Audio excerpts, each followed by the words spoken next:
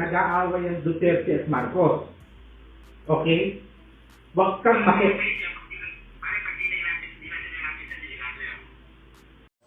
Eto na, inilabas na ang video ng CCTV ni Agent Morales na nakaplano ng ipagurgur si ex-PDEA Agent Morales. Okay, bago natin panoorin yung full video na yan, na kuha di umano ng CCTV, naalala nyo po nung Senate hearing ay nabanggit po ni ex-PDEA Agent Morales na si Lisa Marcos. Nabanggit niya si Lisa Marcos na naman. James Kumar and Lisa Marcos, kahit ano ang hilingin ko, wag na akong tumuloy dito sa hearing na ito. Si Lisa Marcos at si Kumar ay nag-usap di umano kung ano yung plano dyan.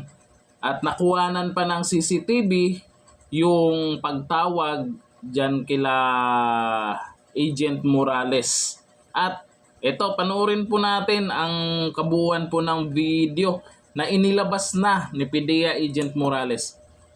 Panoorin po natin at kayo na pong bahalang humusga kung totoo ba yung CCTV footage na yan or gawa-gawa lang. Ito ang video.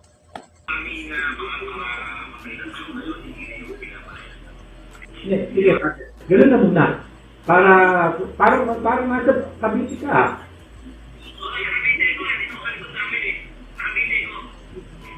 Pati, ano nga, pipintas ha? Pipintas.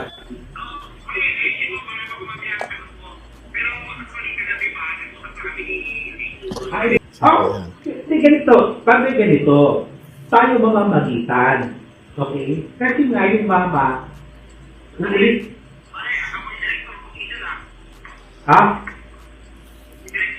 Hindi, ganito, pakinggan mo muna kuya. Ganito kuya, nung pumutok yan, nagkausap kami. Sabi ko, kuya, matalimugot yan. Nag-aaway ang Duterte at Marcos. Okay? Huwag kang makit. Kaya nga ganito, padre.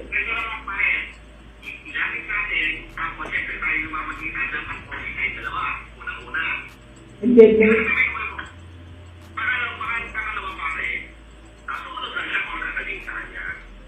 Yung kuya, padre, no? Naiintindihan ko yun. Kaya uulitin ko, padre, yung mama, hindi niya ginusto ang sitwasyon niya. Hindi niya ginusto, padre. Never. Sinabi ko na pero kaya mo hawakan yan. Kaya mo siya hawakan. Kaya kong iparating yung mensahe. Pero yung sariling desisyon. Kaya nga. Ibig sabihin, padre, may hindi, padre, marunong tayong mawak ng informasyon. Ang sinasabi ko, padre, kung ano magiging desisyon niya, sa kanya yun, padre, di ba? Sakit kabubuti niya yun. Siyempre ako, itutuloy ko. Hindi ko papanggitin kung sino yung gustong mga pangalan na sinasabi mo. Wala akong papanggitin. Ang sinasabi ko, yung solusyon, remedyo, or what, siya magdidesisyon sa sarili niya. Padre, di ba?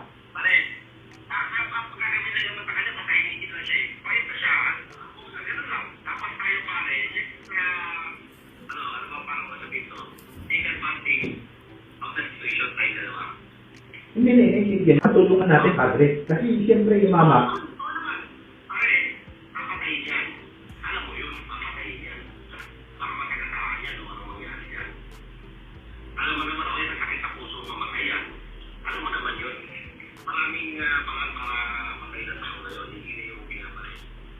Sige, padre. Gano'n na muna.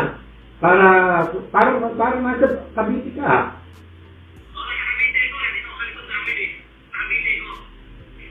Pati, ano nga, pipintas ha? Pipintas.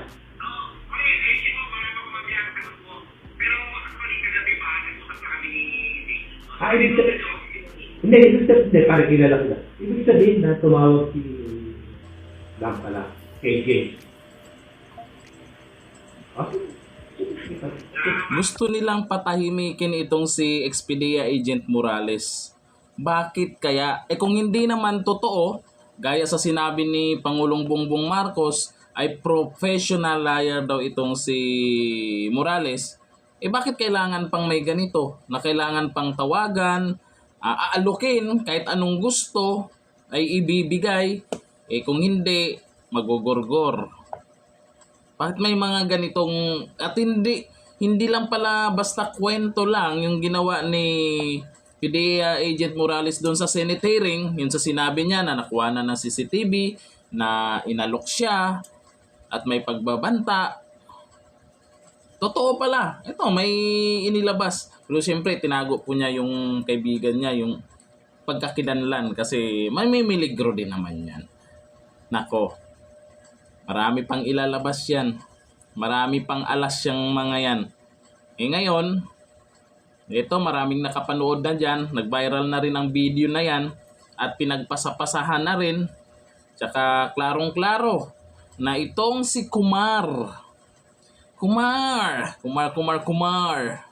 Itong si Kumar talaga hindi nag-iingat May CCTV nga Ingat-ingat naman kasi.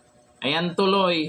Nakuha na naman ng ebidensya at in-upload ni PDEA Agent Morales sa social media. At pinalabas din dyan sa YouTube channel ni Maharlika.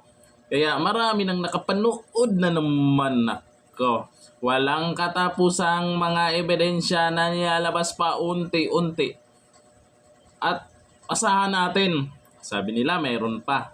At habang tumatagal, pabigat ng pabigat yung ebidensya na ilalabas. Nung una, papel lang. Oo, papel lang. Tapos picture. Ngayon, video na. Kailan lalabas yung pulburon video? Kung mayroon na. Kasi napapansin yung mga ebidensya kasi pabigat ng pabigat. Pabigat ng pabigat. Nako, abangan natin yan. At itong sa video na to, anong masasabi niyo po dyan? Maraming nagsasabi sa comment niyan mag-ingat daw talaga si PDEA Agent Morales. Sobrang ingat talaga kasi marami pa tayong dapat malaman sa kanya. Hanggang dito na lang. Thank you. Bye-bye.